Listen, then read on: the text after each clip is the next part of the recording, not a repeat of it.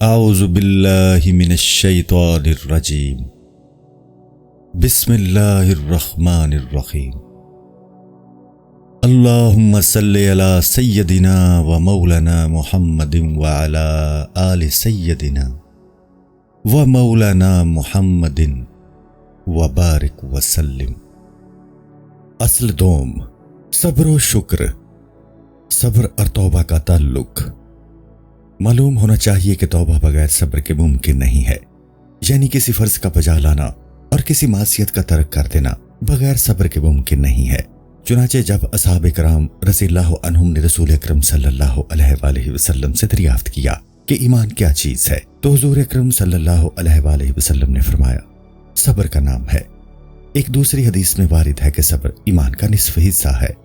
صبر کی فضیلت کا سب سے بڑا مقام یہ ہے کہ حق تعالیٰ نے قرآن حکیم میں 70 مقامات سے زیادہ صبر کا ذکر فرمایا، اور تقرب کا جو سب سے بڑا درجہ ہے اس کو صبر پر موقوف رکھا ہے، یہاں تک کہ راہ دین کی امامت اور سروری کو بھی صبر ہی پر مبنی قرار دیا ہے، اور ارشاد فرمایا اسی طرح اجر بے حساب اور ثواب بے شمار کو صابرین کا حصہ قرار دے کر فرمایا بے شک صبر کرنے والوں سے اللہ نے بے حساب اجر کا وعدہ کر لیا ہے، اور صابرین سے وعدہ فرمایا کہ اللہ ان کے ساتھ رہے گا۔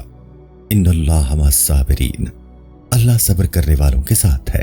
درود، رحمت اور ہدایت، یہ تین چیزیں اکٹھی سوائے صابرین کے اور کسی کو یکجا مرحمت نہیں فرمائی۔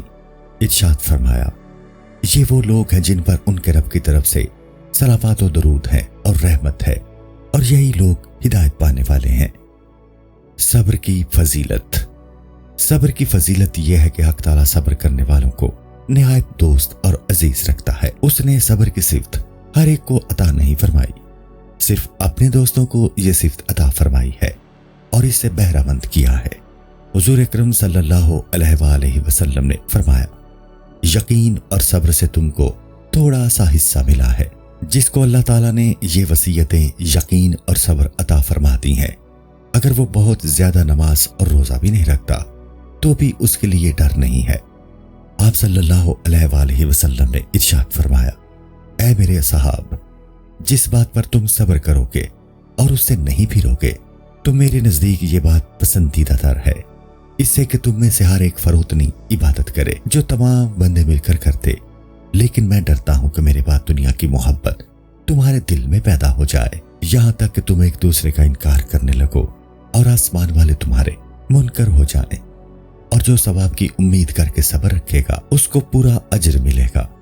اے لوگو، صبر اختیار کرو کہ دنیا کی زندگانی باقی رہنے والی نہیں ہے اور خدا کے پاس ثواب قائم رہتا ہے۔ اس کے بعد حضور صلی اللہ علیہ وآلہ وسلم نے اس آیت کو وما عندکم آخر آیت تک تلاوت فرمایا۔ حضور اکرم صلی اللہ علیہ وآلہ وسلم نے ارشاد فرمایا ہے کہ صبر بہشت کے خزانوں میں سے ایک خزانہ ہے۔ مزید ارشاد فرمایا کہ اگر آدمی کو صبر ہوتا تو سخی جواں مرد ہوتا، اور فرمایا کہ حق تعالیٰ صابرین کو دوست رکھتا ہے۔ حضرت داؤد علیہ السلام پر وحی نازل ہوئی کہ تو میرے اخلاق کی پیروی کر، اور میرے اخلاق میں سے ایک یہ ہے کہ میں صبور یعنی صبر والا ہوں۔ حضرت عیسیٰ علیہ السلام نے فرمایا ہے اے لوگو، جب تک تم نامرادی پر صبر نہ کرو گے اپنی مراد کو نہیں پہنچو گے۔ حضور اکرم صلی اللہ علیہ وآلہ وسلم نے انصار کی ایک جماعت کو دیکھ کر دریافت فرمایا کیا تم ایمان لائے ہو؟ انہوں نے عرض کیا جی ہاں۔ حضور صلی اللہ علیہ وآلہ وسلم نے دریافت کیا کہ اس کی علامت کیا ہے؟ انہوں نے جواب دیا کہ ہم خدا کی نعمت پر شکر کرتے ہیں اور محنت و بلا میں صبر کرتے ہیں اور تقدیر پر راضی رہتے ہیں۔ حضور اکرم صلی اللہ علیہ وآلہ وسلم نے فرمایا کہ خدا کی قسم تم سچے مومن ہو۔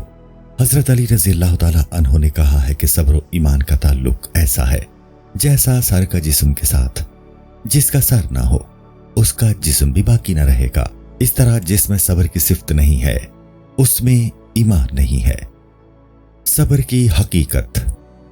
اے عزیز، معلوم ہونا چاہیے کہ صبر انسان کا خاصہ ہے، یعنی صرف نوع انسانی کے ساتھ مخصوص ہے۔ جانوروں میں صبر کی صفت نہیں ہوتی کیونکہ وہ ناقص ہیں اور انسان کامل ہے۔ پس جانور شہوت سے مغلوب ہیں اور ان میں شہوت کے سوا اور کوئی تقاضا کرنے والا نہیں ہے۔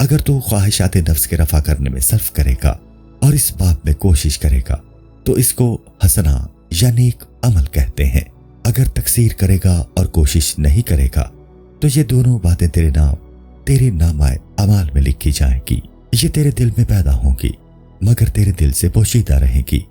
یہ دو فرشتے اور ان کے دفتر بظاہر نظر نہیں آتے اور ان آنکھوں سے ان کو دیکھ نہیں سکیں گے، تو یہ دفتر تیرے ساتھ آئیں گے اور تو ان کو دیکھ سکے گا، اور یہ دیکھنا قیامت صغریٰ پر موقوف ہے۔ لیکن اس تفصیل سے تجھے آگاہی قیامت کبریٰ یعنی محشر کے دن معلوم ہو جائے گی۔ قیامت صغریٰ سے مراد موت ہے۔ چنانچہ سید الکونین صلی اللہ علیہ وآلہ وسلم نے ارشاد فرمایا ہے، جو مر گیا اس کے لیے قیامت قائم ہو گئی۔ جو کچھ قیامت کبریٰ میں ہوگا اس کا نمونہ قیامت صغریٰ میں بھی موجود ہے۔ ہم نے اس بحث کو احیاء العلوم میں تفصیل سے پیش کیا ہے۔ اس مختصر کتاب میں اس تفصیل کی گنجائش نہیں ہے۔ ہاں، یہاں اس بات کا جان لینا ضروری ہے کہ صبر ایسی جگہ کیا جاتا ہے جہاں جنگ ہو اور لڑائی ایسی حالت میں ہو کہ دو لشکر ایک دوسرے کے مخالف برسر پیکار ہوں۔ ان دو لشکروں میں ایک لشکر فرشتوں کا ہے اور دوسرا شیاطین کا ہے۔ یہ دونوں لشکر انسان کے دل میں صف آ رہا ہے۔ بس دینداری کا پہلا قدم یہ ہے کہ انسان اس لڑائی میں تندہی سے مصروف ہو جائے، لیکن بچپن ہی سے شیطان کا لشکر دل کے میدان کو گھیر لیتا ہے، اور جب آدمی بالغ ہوتا ہے تب ملائکہ کا لشکر ظاہر ہوگا۔ بس آدمی جب تک خواہشات نفسانی کے لشکر کو مغلوب نہیں کرے گا، دارین کی سعادت اس کو کبھی حاصل نہیں ہوگی، اور جب تک جنگ نہیں کرے گا اور جنگ و جدل کی صحبت برداشت نہیں کرے گا، مخالف لشکر کو مغلوب کس طرح کر سکے گا؟ جو کوئی اس جنگ میں مصروف اور شریک نہیں ہوگا، اس کے معنی یہ ہے کہ اس نے شیطان کی سرداری اور سروری قبول کر لی ہے، اور جس نے نفسانی خواہشات کو شکست دی ہے تو وہ خود بخود شریعت کا مطیع بن گیا ہے، اور یہ فتح اس کے نام ہے۔ چنانچہ رسول اللہ صلی اللہ علیہ وآلہ وسلم نے ارشاد فرمایا ہے، خداوند تعالیٰ نے مجھے میرے شیطان پر نصرت دی اور وہ فرما بردار بن گیا۔ انسان جب اپنے نفس سے لڑتا ہے تو کبھی فتح مند ہوتا ہے اور کبھی اس کو شکست ہوتی ہے، کبھی شہوات نفسانی کا غلبہ ہوتا ہے اور کبھی دینداری کا، اور بغیر صبر کے اس مہم کا سر ہونا ممکن نہیں ہے۔ صبر ایمان کا نصف ہے۔ فصل: صبر ایمان کا نصف حصہ ہے، اور روزے کو صبر کا نصف حصہ اس لیے کہا گیا ہے۔ اے عزیز، معلوم ہونا چاہیے، ایمان کسی ایک چیز کا نام نہیں ہے، بلکہ اس کی شاخیں اور قسمیں بہت سی ہیں۔ چنانچہ حدیث شریف میں آیا ہے کہ ایمان کی 70 سے زیادہ شاخیں ہیں۔ ان میں سب سے بڑی شاخ کلمہ لا الہ الا اللہ ہے۔ چھوٹی شاخ راستہ سے کسی اذیت رساں چیز کو ہٹا دینا ہے۔ اگر اس کی قسمیں بہت سی ہیں لیکن اصل 3 ہیں۔ ایک اصل معرفت میں سے، دوسری احوال سے متعلق ہے، اور تیسری ایمانی اور ایمان کے مقامات سے متعلق ہے۔ کوئی محل اور مقام ان 3 اقسام میں سے کسی ایک سے خالی نہ ہوگا۔ مثلا توبہ کی حقیقت پشیمانی ہے، اور یہ دل کی ایک حالت ہے، اور اس کی اصل یہ ہے کہ گناہ کو اپنے حق میں زہر قاتل سمجھے، اور اس کی شاخ یہ ہے کہ آدمی گناہ سے دستبردار ہو کر اطاعت الہی میں مشغول ہو جائے۔ یہ ایک حالت ہے۔ اس طرح معرفت حالت اور عمل تینوں ایمان میں داخل ہیں، اور ایمان عبارت ہے انہی 3 چیزوں سے۔ کبھی کبھی ایمان فقط معرفت کو ہی کہتے ہیں، کیونکہ اصل وہی ہے، اس لیے کہ معرفت ہی سے حالت ظاہر ہوتی ہے اور حالت سے عمل کا صدور ہوتا ہے۔ بس معرفت بے منزلہ درخت کے ہے، اور دل کے احوال کی تبدیلی شاخوں کا حکم رکھتی ہے، اور ان سے جو اعمال صادر ہوتے ہیں گویا وہ اس درخت کے پھل ہیں۔ اس طرح تمام ایمان 2 چیزوں پر مشتمل ہوا، ایک معرفت اور دوسرا عمل، اور عمل بغیر صبر کے ناممکن ہے۔ بس صبر ایمان کا نصف ہے۔ 2 چیزوں سے صبر کرنا ضروری ہے، ایک نفسانی خواہشات اور دوسرے ہر قسم کے غصے سے۔ روزہ ترک شہوات ہے، بس روزہ صبر کا نصف ہوا۔ ایک اعتبار سے جب عمل پر نظر کی جائے تو ایمان عمل کو کہیں گے۔ بس مومن کو چاہیے کہ محنت پر صبر کرے اور نعمت الہی کا شکر بجا لائے۔ اس صورت میں بھی صبر ایمان کا نصف ہوا اور شکر اس کا دوسرا نصف ہے۔ چنانچہ دوسری حدیث میں اس کو ارشاد کیا گیا، جب صبر کی مشقت اور اس کی دشواری کو دیکھا جائے تو یہی اصل قرار پاتی ہے کہ کوئی عمل صبر سے زیادہ مشکل نہیں ہے۔ اس طرح صبر ہی تمام ایمان قرار پاتا ہے۔ چنانچہ لوگوں نے جب سرور کائنات صلی اللہ علیہ وآلہ وسلم سے دریافت کیا کہ ایمان کیا چیز ہے، تو حضور صلی اللہ علیہ وآلہ وسلم نے فرمایا کہ صبر ایمان کے ابواب میں یہ سب سے مشکل باب ہے۔ اس کی مثال ایسی ہے جیسے کہ آپ نے فرمایا کہ عرفہ حج ہے، یعنی اس کے بارے میں یہ خطرہ موجود ہے کہ اگر عرفہ فوت ہو جائے تو وقوف عرفات تو حج نہ ہوگا، دوسرے ارکان کے بارے خلاف کہ ان کے ترک ہو جانے سے حج فوت نہیں ہوتا۔ صبر کی احتیاج۔ فصل۔ صبر کی حاجت تمام اوقات میں ہوتی ہے۔ اے عزیز، معلوم ہونا چاہیے کہ انسان کسی حال میں ایسی چیز سے خالی نہیں ہوگا جو اس کی خواہش کے مطابق ہو یا مخالف، اور دونوں حالتوں میں صبر کی اس کو ضرورت ہے۔ وہ چیزیں جو اس کی خواہش کے مطابق ہیں جیسے مال و نعمت، مرتبہ صحت اور زن و فرزند اس کے علاوہ، اور وہ چیزیں جو اس کی مرضی کے مطابق ہوں، ان میں بھی صبر کی ضرورت ہے کہ اگر اس حال میں صبر نہیں کرے گا اور تواضع اختیار نہیں کرے گا، ناز و نام میں حد سے بڑھ جائے گا اور دل کو اپنی چیزوں میں لگائے رکھے گا اور ان پر قائم رہے گا، تو غرور اور سرکشی اس میں پیدا ہوگی۔ بزرگوں نے کہا ہے کہ مفلسی میں ہر کوئی صبر کرے گا، لیکن تمنگری اور عیش و عشرت میں صبر باقی نہیں رہتا بجز اس کے کہ صاحب مال خدا دوست ہو۔ صحابہ کرام رضوان اللہ تعالی علیہم اجمعین کے زمانے میں جب زر و مال کی بہتات ہوئی تو انہوں نے فرمایا کہ جب ہم مفلس و نادار تھے تو ہم بخوبی صبر کر لیا کرتے تھے، اب تمنگری میں صبر کرنا دشوار ہے۔ اس بنا پر حق تعالیٰ نے ارشاد فرمایا ہے، تمہارے اعمال اور تمہاری اولاد تمہارے لیے فتنہ و آزمائش ہے۔ الگر صاحب قدرت ہوتے ہوئے صبر کرنا دشوار ہے، اور جب آدمی کو ثروت حاصل نہیں ہوگی تو یقیناً وہ گناہ سے محفوظ رہے گا۔ مال و نعمت میں صبر کرنے سے مراد یہ ہے کہ دل کو مال و دولت سے نہ لگائے اور اس پر بہت زیادہ مسرور نہ ہو، بلکہ سمجھے کہ یہ مال ارائتاً میرے پاس ہے، جلد اس مال کو مجھ سے چھین لیا جائے گا، بلکہ اس کو خود بھی نعمت نہ سمجھے، کیونکہ ممکن ہے کہ یہی نعمت کل قیامت میں اس کے درجہ کو کم کر دے۔ بس لازم ہے کہ شکر نعمت بجا لائے تاکہ مال و نعمت اور صحت اس کو جو حاصل ہے اس سے خداوند تعالیٰ کا حق ادا ہو۔ ان چیزوں میں سے ہر ایک چیز پر صبر کی ضرورت ہے۔ وہ احوال جو خواہش کے مطابق نہیں ہوتے تین طرح کے ہیں، ایک یہ کہ اس کے اختیار سے اس کا صدور ہو، جیسے طاعت اور ترک معصیت، دوسرے اس کے اختیار سے نہ ہو، جیسے بلا اور مصیبت و حوادث، تیسرے یہ کہ اصل تو اس کے اختیار سے نہ ہو لیکن تدارک اور بدلہ لینے میں اس کا اختیار ہو۔ اس کی مثال یہ ہے کہ لوگ اس کو عذار پہنچائیں، یہ اس کے اختیار سے باہر ہے۔ وہ قسم جو اس کے اختیار میں ہے جیسے طاعت و عبادت، اس میں بھی صبر کی حاجت ہے کہ بسا اوقات سستی اور کاہلی کے باعث عبادت دشوار ہوتی ہے، جیسے نماز، بعض عبادتیں بخل کے باعث مشکل بن جاتی ہیں جیسے زکوٰۃ، اور بعض میں سستی اور بخل دونوں کا دخل ہوتا ہے جیسے حج۔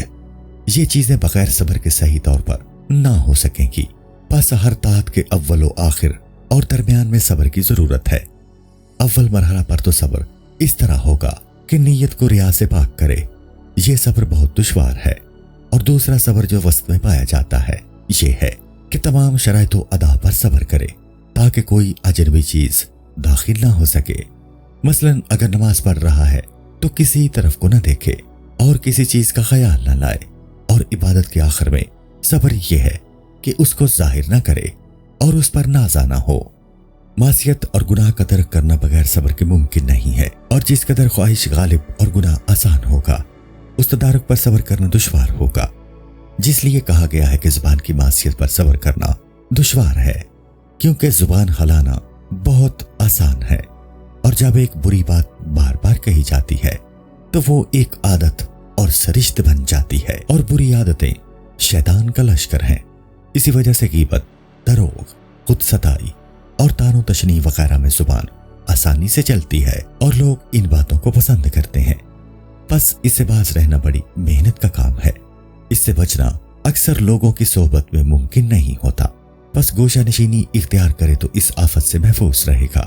اب رہی دوسری قسم کے بغیر اس کے اختیار کے ہو، جیسا کہ لوگ اس کو زبان اور ہاتھ سے ستائیں تو بدلہ لینے میں اس کو اختیار ہے، بس انتقام نہ لینے میں اس کو بہت صبر سے کام لینا ہوگا یا بدلہ لینے میں حد سے تجاوز نہ کرے، اس میں بھی صبر کی ضرورت ہے۔ کسی صحابی رضی اللہ عنہ کا ارشاد ہے کہ جب تک لوگوں کے ستانے پر ہم کو صبر کرنے کی مقدرت حاصل نہیں ہو جاتی، اس وقت تک ہم اپنے ایمان کو کامل نہیں سمجھتے تھے۔ اسی واسطے اللہ تعالیٰ نے ارشاد فرمایا ہے، قوم کے ستانے پر درگزر کیجئے اور خدا پر بھروسہ رکھیے، اور فرمایا ان کے کہنے پر صبر کیجئے اور بھلائی کے ساتھ ان سے جدا ہو جائیے۔ ایک اور جگہ ارشاد فرمایا ہے، ہم جانتے ہیں کہ آپ دشمنوں کی باتوں سے دلگیر ہوتے ہیں، بس آپ عبادت الہی میں مشغول رہا کریں۔ ایک دن رسول اکرم صلی اللہ علیہ وآلہ وسلم نے مال غنیمت کی تقسیم فرمائی تو ایک شخص نے کہا کہ یہ تقسیم خدا کے لیے نہیں ہے، یعنی انصاف سے نہیں ہوئی ہے۔ جب آپ کو یہ خبر پہنچی تو آپ کا روح مبارک ناگواری سے سرخ ہو گیا اور رنجیدہ خاطر ہوئے اور فرمایا کہ حق تعالیٰ میرے بھائی موسیٰ علیہ السلام پر رحم فرمائے۔ لوگوں نے ان کو اس سے زیادہ ستایا اور انہوں نے صبر کیا۔ حق تعالیٰ کا ارشاد ہے، اگر تم کو کچھ اذیت پہنچی اور تم بدلہ لینا چاہتے ہو تو اسی قدر بدلہ لو جس قدر تم کو ایذا پہنچائی گئی ہے، اور اگر تم اس پر صبر کر لو تو اللہ تعالیٰ صبر کرنے والوں کے ساتھ ہے۔ میں نے انجیل میں لکھا دیکھا ہے کہ عیسیٰ علیہ السلام نے فرمایا کہ مجھ سے پہلے جو انبیاء علیہ السلام آئے تو انہوں نے کہا کہ ہاتھ کے عوض ہاتھ، آنکھ کے بدلے آنکھ اور دانت کے بدلے دانت بدلہ ہے۔ میں اس حکم کو موقوف تو نہیں کروں گا، پر تم کو وصیت کرتا ہوں کہ برائی کا بدلہ برائی سے نہ کرو، بلکہ اگر کوئی شخص تمہارے سیدھے رخسار پر تماچا مارے تو بائیں رخسار کو اس کے سامنے کر دو، اور اگر کوئی تمہاری دستار چھین لے تو اپنا پیرہن بھی اس کے حوالے کر دو، اور اگر کوئی تم کو ایک کوس اپنے ساتھ بیکار میں لے جائے تو تم 2 کوس اس کے ساتھ جاؤ۔ ہمارے حضور سرور کونین صلی اللہ علیہ وآلہ وسلم نے ارشاد فرمایا ہے، اگر تم کو کوئی شخص ایک چیز سے محروم کر دے تو تم اس کو بخش دو، اور اگر تم سے بدی کرے تو تم اس سے نیکی کرو۔ بس ایسا صبر کرنا صدیقین کا درجہ ہے۔ تیسری قسم جس کا اول و آخر سے تعلق نہیں ہے وہ مصیبت ہے، مثلا بچہ مر گیا، مال ضائع ہو گیا، یا کوئی عضو بیکار ہو گیا، آنکھ یا کان وغیرہ، یا اس قسم کی کوئی اور آسمانی بلا۔ کوئی عمل صبر سے بغیر نہیں ہے اور نہ زیادہ اجر والا ہے۔ حضرت ابن عباس رضی اللہ عنہما فرماتے ہیں کہ قرآن شریف میں صبر 3 طرح پر آیا ہے۔ پہلا وہ صبر ہے جو طاعت میں ہے، اس کے ثواب کے 300 درجے ہیں۔ دوسرا صبر وہ ہے جو حرام چیزوں پر کیا جائے، اس کے ثواب کے 600 درجے ہیں۔ اور تیسرا صبر وہ ہے جو مصیبت کے اول میں کرے، اس کے ثواب کے 900 درجے ہیں۔ اے عزیز، معلوم کر کے بلا پر صبر کرنا صدیقوں کا درجہ ہے۔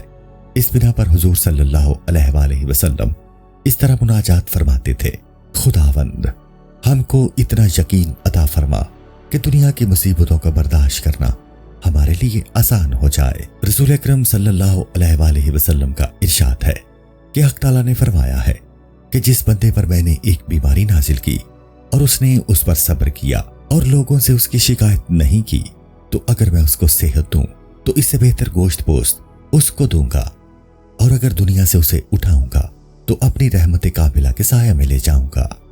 داؤد علیہ السلام نے حق تعالیٰ سے دریافت کیا کہ الہی، اس شخص کی جزا کیا ہے جس نے مصیبت اور غم سے تیرے واسطے صبر کیا؟ فرمایا کہ میں اس کو ایمان کی خلت پہناؤں گا اور اس کو کبھی اس سے نہیں چھینوں گا۔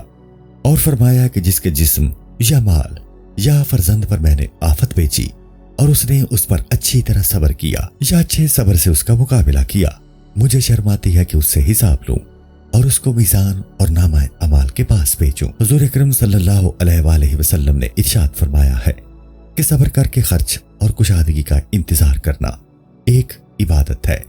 حضور اکرم صلی اللہ علیہ وآلہ وسلم نے یہ بھی ارشاد فرمایا ہے، جب کسی شخص کو ایک مصیبت پہنچی اور اس نے اِنَّ لِلَّهِ وَإِنَّا إِلَيْهِ رَاجِعُونَ کہا تو حق تعالیٰ اس کی دعا قبول فرما لے گا۔